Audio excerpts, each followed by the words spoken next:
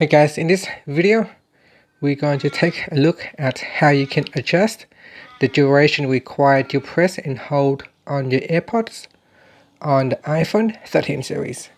First, let's go back to your home screen by swiping up at the bottom of the screen. And on the home screen, tap on Settings.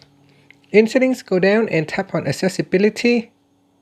Then we swipe up to go down and tap on AirPods. In here, go to the press and hold duration section, and in here you can select default, shorter or shortest, and after that, once you have made the selection, you can press and hold on your AirPods at your own pace. And that's it. Finally, we can tap on the back key to go back to settings, or swipe up to go back to the home screen. Thank you for watching this video. Please subscribe to my channel for more videos.